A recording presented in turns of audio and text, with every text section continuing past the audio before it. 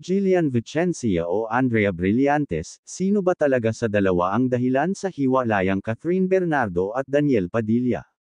Matapos nga ang pag-amin ni Catherine at Daniel sa hiwalayan issue ay mas tumindi naman ang mga intrigang nagsangkot sa iilang personalidad na di umano dahilan sa hiwalayan ng Kathniel. Umugang noon ang pagkakalink ni Deej sa kapatid ni Ann Curtis na si Jasmine Smith, subalit walang pahayag dito ang dalaga sa kabila ng pagdikdik ng mga Kathniel fans sa kanya.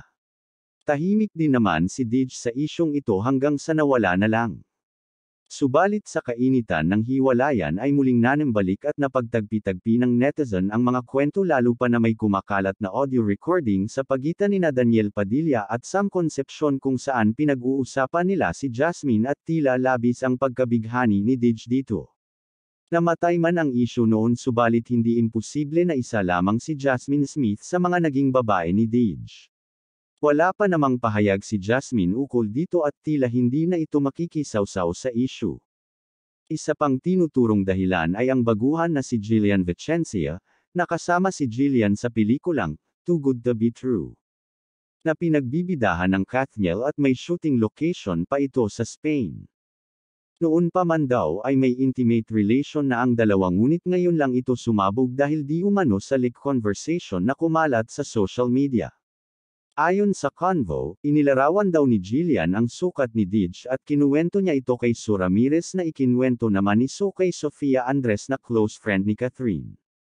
Nagtaka raw si Catherine kung papaano nasabi ni Jillian iyon kaya naman bago magtungo ng South Korea si Catherine para sa pagtanggap ng Asian Awards ay kinumpronta niya si Deej sa kondo nito sa BGC.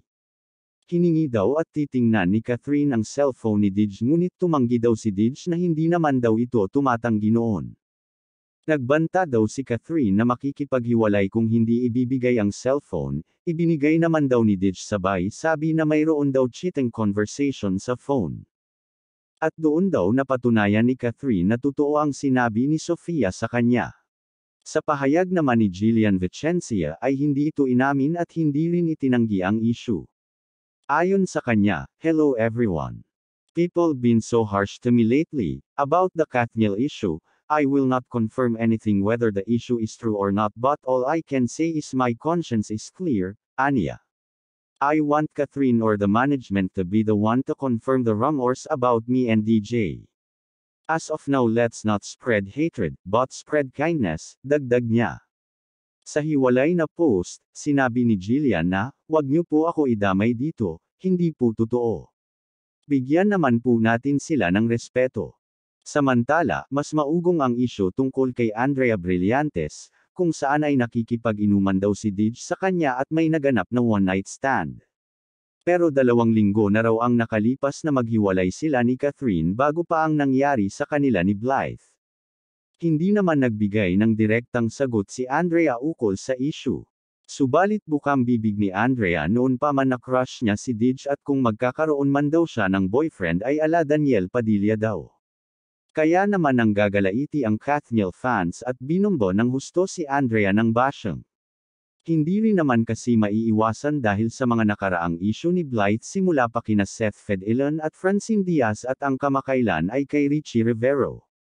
Ayon naman ni Gian Gaza ay technically hindi si Andrea o si Blythe ang dahilan ng hiwalayan kundi malamang isa lang si Andrea sa mga babae ni Deej.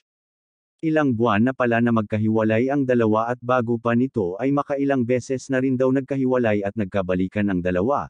Tinitiis lang daw ni Catherine at sinusubukang ayusin ang ayusin, subalit umabot na sa sagad ang pagtitiis ni Catherine kaya sumuko na ito.